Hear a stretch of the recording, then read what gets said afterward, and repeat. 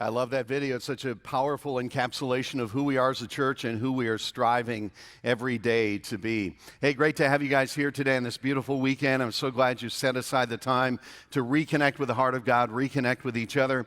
And let me give a big shout out to those of you who are watching live online right now in college dormitories and coffee shops and living rooms all over the place. Great to have you guys with us as well. Everybody in the room, let's welcome the online audience.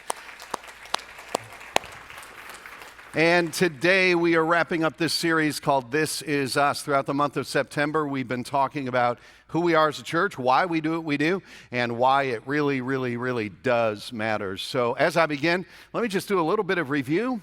We began week number 1 with this statement. We are, as a church, on a mission. This is us. We are on a mission. Our mission is to help people far from God find the way back to God. And so we never want to drift into becoming a church that is just a church for church people, because our mission is to be engaged in our culture, to meet people where they are and help them take a step in God's direction toward His heart. We never want to lose sight of that mission. It defines everything that we do. And then the second statement that we drilled into 2 weeks ago is this one: we are better together. In other words, faith is not just a me thing. Faith is a we thing. And the only way that we can be the people that God is calling us to be is when we live out our faith in relationship with others who are on the same journey. We need people around us who can encourage us and spur us on toward love and good deeds. And I'm excited that so many people have taken this seriously. We've had over 400 people who signed up for and jumped into a small group already in the month of September. And if you have not yet, you still have a chance to get out of a row and into a circle and begin building those relationships. Then last week we talked about this statement: we are crew members and not passengers. And we talked about the fact that we can't really grow in our faith until we're giving back and not just taking in. That as we begin to serve, it changes our hearts.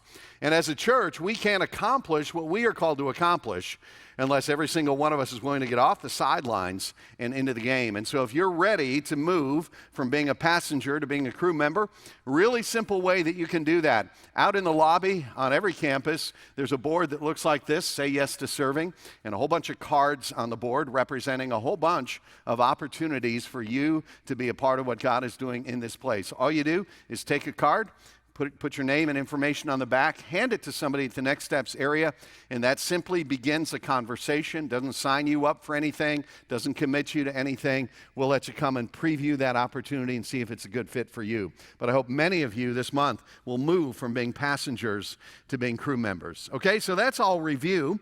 Today we come to the final week in this series. And as a way of introducing today's message, I want you to think with me about this statement: something got lost in translation. Now, you probably experienced that. For example, if you operate a business and you get a lot of tourist traffic, it's always helpful on your business signage to translate those signs into another language like English. And if you've ever traveled, you've seen examples of this. But here's the thing: sometimes something gets lost in the translation, right? I'll give you some examples. Here's a sign in a major airport in India. It says, "Eating carpet strictly prohibited." I think something got lost in the translation, although the carpet looks very good, so the sign seems to be working. There was a beauty salon in the United Arab Emirates that wanted to attract more English-speaking customers, and so they translated the name of their shop into English, but I think something got lost in the translation: High Maintenance Chick Salon. I don't know. I don't know if that's the right translation right there. And then there's another sign in India. It's very helpful. It says, "Drive carefully. 90% of all people are caused by accidents." I think the percentage there is kind of high. No, that happens, but that seems kind of high. One more example. Parking. So that arrow will lead you either to a parking lot or to someone who is a very average golfer, a parking. Yeah, see, something got lost in translation. And I mention that because I believe that when it comes to the message of Jesus, when it comes to the gospel, I think in our culture today, something has gotten lost in translation. Like if you were to walk up to strangers on the street and give them a piece of paper and a pen, and if you were to ask them to write down a few words or phrases that would describe Christians, I think a lot of people are going to write down words like judgmental, hypocritical, intolerant, narrow-minded, irrelevant. See, I think something has gotten lost in translation. And what we want to do is we want to change that perception, at least in our little corner of the world. And so that's what we're going to talk about today. We're talking about this phrase that we are for NEPA, for Northeastern Pennsylvania. This is us. We want to be a church that's for NEPA, because here's the thing. Many, many churches are known by what they're against. We want to be a church that's known by what we're for. And we want the people of our community to know that we are for them because God himself is for them. And as we think about this today, I want to draw your attention to a story that Jesus told one day that describes in a very powerful way what it means to be for others. In the Bible, you find it in Luke chapter 10, and this is a story, a parable called the parable of the Good Samaritan. And Jesus often told these parables to drive home a point in a powerful way. And this is probably the best known of all the parables that Jesus told. Like if you grew up in church, you're probably very familiar with this story. Even if you didn't, you probably at least know the gist of it. But what I've discovered is that many, many people don't really know the meaning of it or the implications of it for our lives. So here's the context. Here's what was happening that day. Jesus was in a conversation with a religious leader, and they were talking about this command that you find in Scripture, love your neighbor as yourself. And as they're talking about this command, love your neighbor as yourself, this religious leader raises a question, verse 29. But he wanted to justify himself, so he asked Jesus, and who is my neighbor? It says he wanted to justify himself. In other words, he was feeling the weight of this commandment, love your neighbor as yourself, and so he wanted to reduce it to something a little bit more manageable. So he's saying, what exactly does it mean to love your neighbor?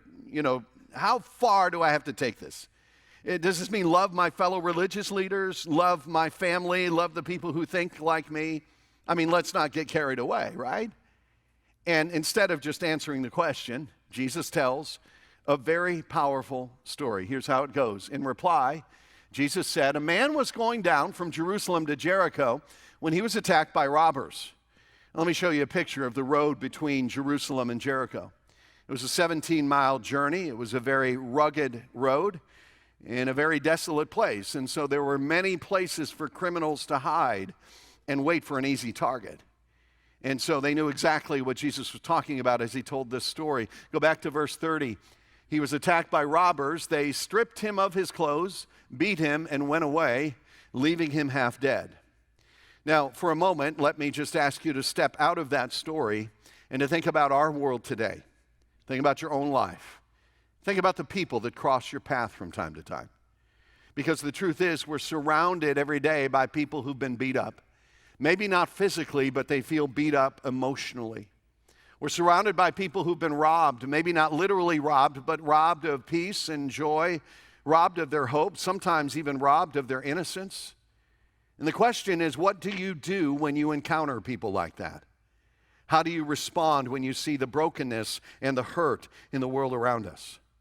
Because Jesus continues the story here, and he talks about three different people who walked by this wounded man on the road to Jericho that day.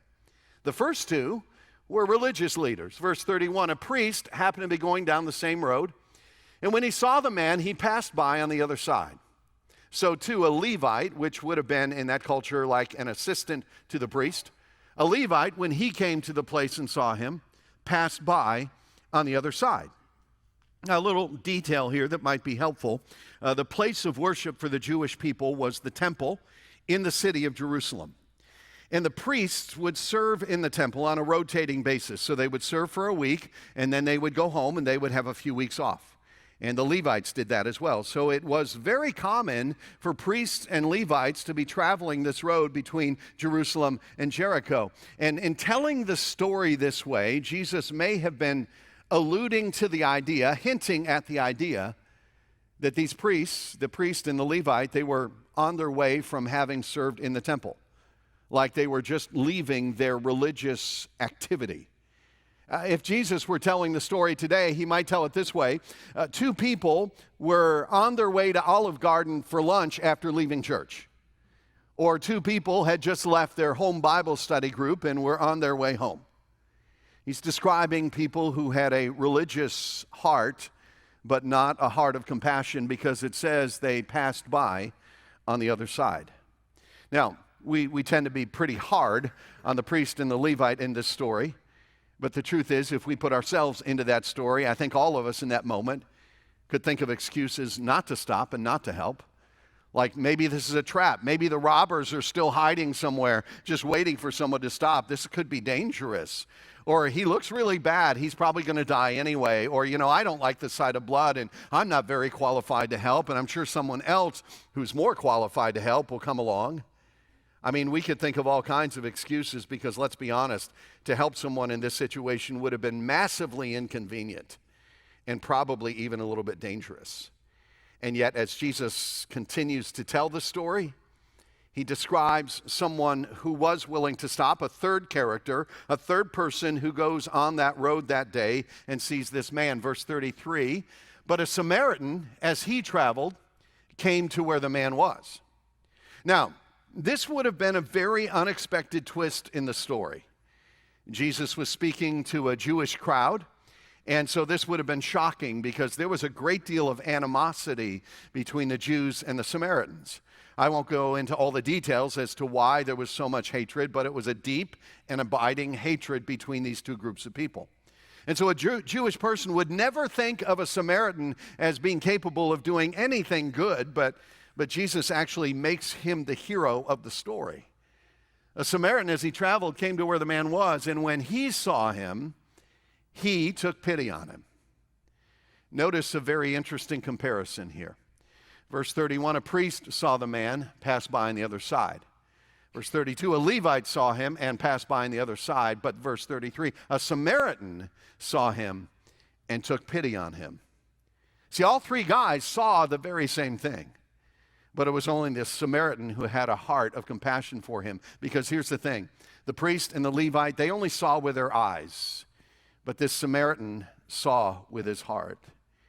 And so many times what we do is we look at people, but we don't really see them. We look past them. We look over them. We look beyond them. But we don't see them. We don't put ourselves into their situation and try to understand what they might be feeling, what they might be experiencing, because we're so busy, because we're so preoccupied, because we're so self-focused. And you know what? This can happen to any of us, and it happens to me sometimes. There was a Friday night recently. It was about 9:30 at night, and I was heading back to my office because I was way behind on preparing a message for the weekend. And so I knew it was going to be a late night, it was going to be a short night, so I stopped to get a cup of coffee, and I was at a drive-thru. And there were two cars in front of me at the drive-thru at a fast food restaurant, and yet it took me 15 minutes to get my coffee. So as I'm sitting there, and as the minutes are ticking by, and as I'm feeling a deadline pressure, I'm starting to get frustrated, and I'm starting to have this conversation in my head with the people at the drive-thru. Like, come on. It's a cup of coffee, and it's black coffee. All I need is the cup and the coffee. I don't even need the cream and the sugar. Why is this taking so long? And besides, I have to get to the church so I can work on a message about caring for people. Come on. Where's my coffee? And by the time I pull up to the window, man, I'm frustrated. I'm about to say some smart comment. And there's an older lady there who hands me the cup of coffee, and she says, I'm sorry this took so long. It's my first day here. And she has tears in her eyes because she's so overwhelmed at learning this new job. And at that moment, like God spoke to my heart and kind of rebuked me and said, Mark, you tend to see people, but you don't really see them. You look past them. You don't see them with eyes of compassion. I was at a prayer breakfast on Tuesday morning at the United Nations. It's the international prayer breakfast that they have every year at the beginning of a new session. Fascinating event. But the speaker was a guy by the name of Gary Haugen. He founded what's called the International Justice Mission. They work with child trafficking and slavery around the world. And in his message, he said something that I don't think I'll ever forget. He said the greatest poverty we face in the world today is not financial poverty. He said the greatest poverty that we face is a poverty of compassion. And he went on to talk about the fact, and this is so true, that we extend compassion to people within a certain circle. You know, the people that we know, the people that we love, the people that we're related to, the people who are like us. But then outside of that boundary in our lives, we don't tend to show much compassion to other people. And the reason why Jesus makes the Samaritan the hero of this story is because this Samaritan, in order to help this guy, he had to cross a huge social barrier. He actually had to care about someone who was his literal enemy. And the whole point that Jesus was making was this, that real love and real compassion is a compassion that goes beyond those typical boundaries that we create for ourselves. It means that we care about people that we may barely know, that we care about people on the other side of the political aisle.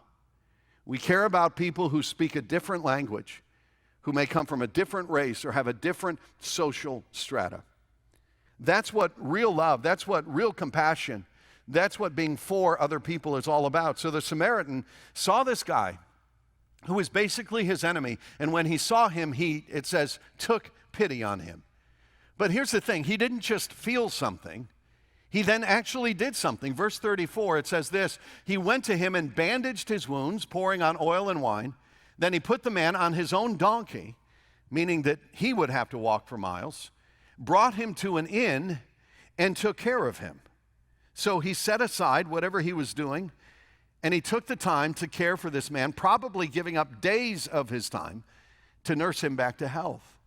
And not only does he give of his time, he also gives of his money. Verse 35, the next day he took out 2 denarii and gave them to the innkeeper. Look after him, he said, and when I return, I will reimburse you for any extra expense you may have. He basically said, here's my credit card, and if you need to pay for anything else for this guy, just charge it to my card, and when I come back, I'll get my credit card back from you.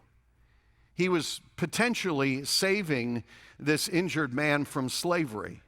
Because in that culture, if you had a debt and you couldn't pay that debt, you would become a servant of that person until you could pay it back.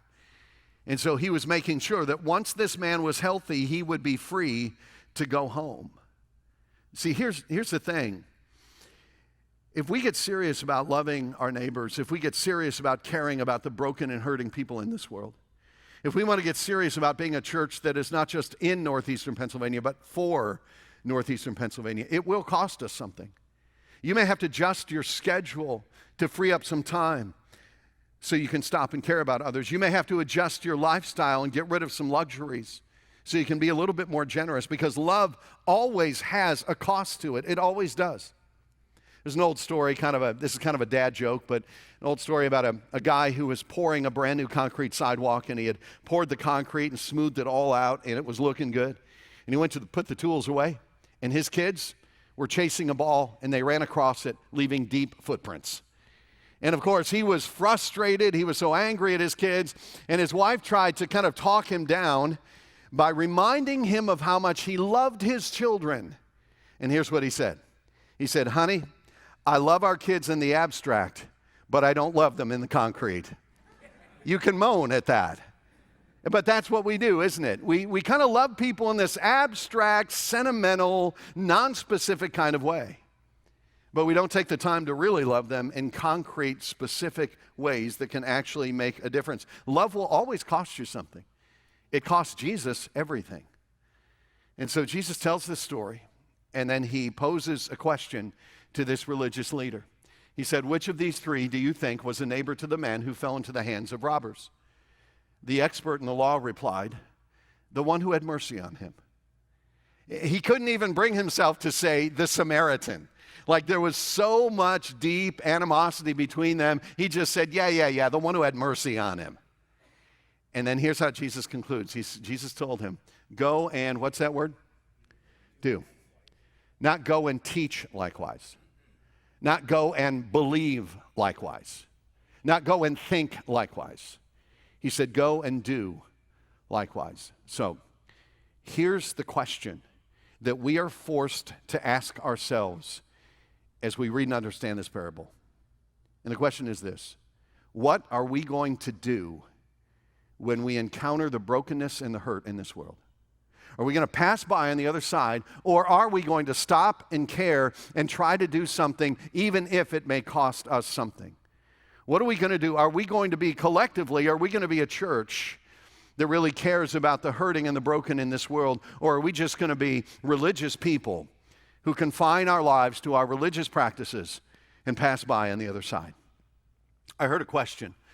Somebody asked me this question about 5 years ago. It's haunted me ever since. And the question is this: if your church were to suddenly cease to exist, would the people in your community miss you? In other words, if this church were suddenly gone for some reason, would anyone around us care? Would they even notice? Like, I want the answer to that to be yes. I don't know about you. I want that to be a resounding yes. Yes. I mean, churches can be known for a lot of things, right? I want this church to be known as a church that cares about its community and that made a difference.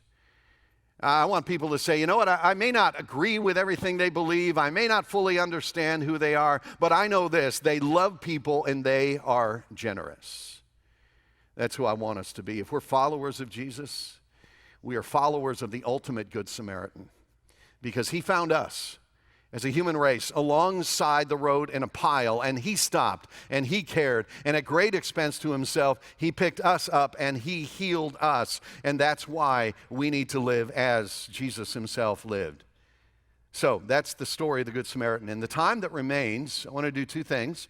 I want to give you an update, and then I want to talk to you about a new initiative that we're getting ready to launch, okay? So let me start with an update. Last fall, about 10 months ago, we invited you, if you're part of this church, to participate in a generosity challenge around this theme of for NEPA. And it was simply an opportunity for all of us to take a step of faith, to stretch ourselves, and to give generously above and beyond what we normally give to the work of God in this place. And we had three goals in mind at that time. We, first of all, wanted to set aside $250,000 to meet practical needs in our community here in northeastern Pennsylvania. Because in a world where churches are usually known for what they're against, we wanted to have the resources to bless others and be more and more a church that's known for what we're for. Second goal of this generosity challenge was to pay off the balance of our 2009 construction loan. You may not know this, but back in 2009, we expanded and renovated two of our locations, Clark Summit and here at Dixon City. This actually used to be an 8-screen movie theater. And so we thought it would be a great place, instead of telling the stories of Hollywood, to tell the greatest story that history has ever heard. And so we bought this thing and remodeled it. But in doing all of that, we took out a construction loan for $6 million. Now, we have a great relationship with our bank. We are thankful for them, but we would like to break up with them as soon as possible and turn interest money into ministry money and not have to pay that construction loan anymore. That was the second goal. And the third goal was simply to be prepared for future opportunities that may come along. So about 10 months ago, last November, we gave everyone a booklet that looks like this. This explains the vision in more detail. If you never got one of these or are new to the church, let me encourage you to go out to the cafe area after church, grab one of these, take it home and read it, and it will go into even more detail about this for NEPA financial initiative. But let me tell you this, I have been tremendously encouraged by how many of you have responded and continue to respond to this challenge. So let me just take a few minutes to update you on where we've come in the last 10 months. Okay, so here's some numbers. We had 642 households who made a financial commitment to for NEPA. And of those 642 households combined, a total of $4.2 million has been pledged to be given over a 3-year period. Again, this is above and beyond what we normally give to the support of the church. And a total of $1.426 million has already been given so far. And so we're right on track with this, which is really good. Here's what's happened so far. We have set aside $250,000 to be given away to organizations and people in our community, and we've already given away some of that, done some really, really great things. But in a few minutes, I'm going to tell you about one more initiative that we're going to ask you to be a part of, both in terms of your time and in terms of using some of this to be a blessing in our community. Then here's where we are in terms of eliminating debt. In 2010, the balance on our construction loan was $6 million. Last year at this time, the balance was $2.9 million. As of today, the balance on that loan is down below $1.7 million. So you can clap for that. That is something to celebrate. We are in spitting distance of that, as they say in the South, and so hopefully by the end of 2020 or sometime in 2021, that will be gone, saving us literally hundreds of thousands of dollars in interest over the normal life of that loan. So I want to say a big thank you to all of you who are part of that group of 642 households. Thank you for being generous. Thank you for setting aside your own comfort to be a part of something bigger than yourself. Thank you for being for Northeastern Pennsylvania. For those of you who are not a part of those 642 families, let me give you the opportunity to jump in. Because the more of us who jump into this, the bigger impact we can make. So on your seat when you came in today was a card that looks like this. Go ahead and take that out, have it in front of you, even if you're already committed to this initiative, even if you're brand new. Let me just walk you through it. Here's what it says. It says, we believe that God is working in a unique way through Parker Hill to reach our community, and that one of the best things I can do is invest in the local church. We prayerfully step out in faith and commit the following above and beyond our regular tithes and offerings. And so here's the cool thing. If you jump in today, last year everybody made a 3-year commitment. But if you jump in today, it's only a 2-year commitment. Ding, ding, ding, bonus right there. So you can give weekly for 104 weeks, monthly for 24 months, annually for 2 years, or a one-time gift. And that all goes into this 4 NEPA initiative, and it stays there, and that's how it gets used. So you can fill that out, put it in the offering buckets when they come by in a few minutes. If you need time to think about it and pray about it, that's okay too. Take it home, talk about it with your spouse, and we'd love to have even more people become a part of this so we can do even greater things in the years to come. Now, why would I give a bold challenge like that? Why do we talk about generosity? For this reason. We want to be a church that looks at the brokenness and the hurt in this world and doesn't just pass by, but has the ability to stop and to care and to actually do something. And so in these last few minutes, I want to tell you about one new initiative that we're launching, simply a very, very practical way for us to be a church that is for Northeastern Pennsylvania, what we're tentatively calling public school partnerships. Because here's the thing, we live in a very hurting world, don't we? There are broken families, there's abuse, there's neglect, there's poverty. And I believe that one of the places where the brokenness of this world is felt most deeply is in our public school systems. Teachers today have to not only be educators, but in some cases also social workers and counselors, because so many kids bring so many challenges with them to school every day. And this is a place where the brokenness of this world shows up so clearly. And so we're hoping that we can come alongside a few schools and that we can bless them and help those families so that potentially we can change the trajectory, the future for some young people. So here's the idea in a nutshell. Each Parker Hill campus will foster a long-term partnership with one local elementary school and support the students, teachers, and staff in practical ways. We hope to make a measurable difference in local schools by loving and serving others as we have been loved and served.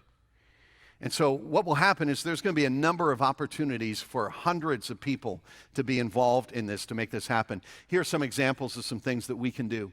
We can encourage the teachers and staff, maybe just by bringing bagels and coffee once a month and saying thank you for the job that you do. By tutoring students, providing reading support, especially for younger kids, because reading is a skill that is so crucial to their future education. Meeting financial needs, which we can now do through this 4 NEPA Generosity Challenge. And coming up at Christmas time, we're going to focus our Christmas giving on 3 elementary schools in the area and just try to bless the socks off of them. You can help lead after-school activities. You can help us do some building repairs, maybe painting a classroom, building a playground, whatever it might be. Okay? So here's how you can let us know that you might be interested in participating in some way. You can just text the word school to 570-354-5986. If you have a phone with you, go ahead and take it out, send that text. If you don't have a phone with you, just write that down, the word school, 570-354-5986. And here's what we'll do. We'll send you a link, and that link will connect you to a brief questionnaire that will help us to understand where you may be able to be a part of this, what talents or experience you may have, where we might be able to plug you in. It's just the beginning of a conversation. So we're just in the development process of this right now at the beginning stages. So we don't have a clear framework yet, but we do want to begin, building the teams that we're going to need for this. So if you're curious, if you're interested, just text the word school to 570-354-5986. Now, let me tell you where we are so far. So we've gone to 3 school districts, and we've asked them to tell us where they need the most help. Which building, which school in their district is facing the greatest challenges. And we're just going to partner with 1 school per campus because we just want to be an inch wide and a mile deep and make a measurable, significant difference. And so our Wilkes-Barre campus is going to be partnering with the Daniel Flood Elementary School. It happens to be less than a mile from that campus. We didn't choose it, the district chose it for us, but it's within a mile of our campus down there in Wilkes-Barre. And this is a school that really has some pretty significant needs and challenges. Let me tell you a little bit about it. 705 students. On average, the math proficiency in that elementary school is at 19%, way below state average, way below national average. Reading proficiency at 36%. And the reason why we look at these statistics is because we want to look back in a couple of years and see if our involvement maybe changes the numbers a little bit. 87% of the students in this school receive free lunches. That's simply an indication of the level of poverty that many of these families are living with that send their kids to this school. So we had a meeting this past week with the team that leads that elementary school, the principal, assistant principal, nurse, guidance counselor. They're excited to have any help that they can receive, and they're excited for people to come alongside and help their students succeed because they face big challenges.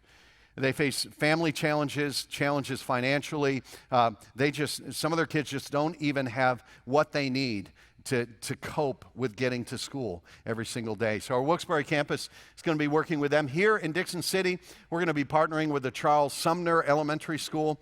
Let me tell you a little bit about this school. They have 306 students. They're at 30% math proficiency, again, way below state average. 35% reading proficiency, and 84% receive free lunches. We had dinner a couple of weeks ago with the principal of this elementary school. Her name is Meg Duffy. She is a really gifted leader and has a passion for her students. And this is a school that's piloting a number of new programs. They're actually the only elementary school in the Scranton district that has an after-school program for their kids, where they teach them all kinds of life skills and things like that. The good thing is that means that there's a number of opportunities where we can plug in and serve that school. We're excited about that. The Clark Summit campus is going to be partnering with the Tunkhannock Primary Center. We already have great relationships in that school district because of our coat drive and backpacks, and we have a big open door there, and this will give us a school partnership in each of the 3 counties here in northeastern Pennsylvania. So a little bit about this school. They have 277 students, 40% math proficiency, 65% reading proficiency, and about half the students receive free lunches. And one of the struggles they have, especially in the rural areas of Wyoming County, is the struggle that we read about all the time in the news with drug addiction. And as a result of that, they have a number of families in their school where grandparents are raising their grandkids and just need a lot of support. Okay, so one more time. Here's the number and the text that you can send, just the word school, to 570-354-5986. Now here's the thing. This is ambitious. Okay, in order to pull this off and really do this well, it's going to take a lot of our time and it's going to take a lot of our resources. So why would we even do this? Here's why. Because our vision is not just to be a group of religious people who gathers for an hour a week for a religious show. Our vision is to be a life-giving force that moves through the neighborhoods of northeastern Pennsylvania, bringing blessing and wholeness wherever we go. And the message that we have been entrusted with is the greatest and most important message that history has ever heard, the message of God's grace and forgiveness through Jesus Christ. And we carry that message with us. And we want to be a church that's known not so much by what we're against, but who we're for. We want to be a church that talks about who we love, not what we hate, because we follow the ultimate Good Samaritan who found us on a road of death that we had chosen for ourselves. And he came alongside of us and picked us up and healed us and made us his own if we are followers of Christ. And so we just want to reflect to the world around us what we have already experienced. And that's why we're going to do this thing. I don't know if that's the kind of church that you want to be a part of, but that's the kind of church that I want to be a part of. And if that's who you want to be, this is a great chance to get off the sidelines and get into the game. So here's what we're going to do. We're going to close with one more song, and during that song, we're going to pass the offering buckets for our giving as we do every week. If you want to make a commitment to 4 NEPA with that card, feel free to do that now. And at the end, I'll just come back and wrap up. So as the band sets up, just watch this with me. We live in this world where there's so much emptiness, so much confusion. The church is intended to be a lifeboat in the middle of a culture that is sinking. To look beyond our own comfort, to take risks, God-inspired risks, to abandon the status quo. I believe the church is the hope of the world. We're not here to create a comfortable place for religious people to hang out. Across America, churches are dying. But the need for the hope they once offered continues to grow. Those in search of answers are skeptical that the church has anything to offer them. Instead of being known by what they're for, churches are often better known for what they're against. But what if there was a church in northeastern Pennsylvania that was different? What if that church was committed to speaking and living like Jesus? What if that church was known for its generosity, its love, and its care for people, regardless of their beliefs, their politics, or their past? That's the kind of church we have always strived to be. From the beginning, the people of Parker Hill Church have sacrificed so that others might find the way back to God. We are one church in many places so that people from all over northeastern Pennsylvania can experience a church that is for them, not against them. Over and over again, you have shown that your faith is more than just words. Because of your generosity, your service, your prayer, and your faithfulness, the world around us is beginning to pick up its head and take notice. Day by day, we are changing the way people think about church. And that's something to be excited about. We want to be a church that is for NEPA, not just in NEPA. We live in a place of great spiritual need. Every day, our friends, neighbors, co-workers, and even our families wake up without the hope of Jesus. But we believe God has led us to this time, this place, because there's something we can do about it. Together, we can show our community what the unrelenting, unconditional love of God looks like. All we have to do is show people we're for them, not against them. And if there's one thing we've learned as a church over the years, it's that when we step up, God steps in. But it's up to us to take a step of faith. If we're to be the church God is calling us to be, then each one of us will have to take that step, make sacrifices, and trust that God will do more than we can imagine. And when we do, then we will see lives changed, families healed, and hope restored. Our community cannot afford to have a church that sits on the sidelines, drifting ever closer to irrelevance. Our community needs us to step up and prove that we are for NEPA, because God is for NEPA.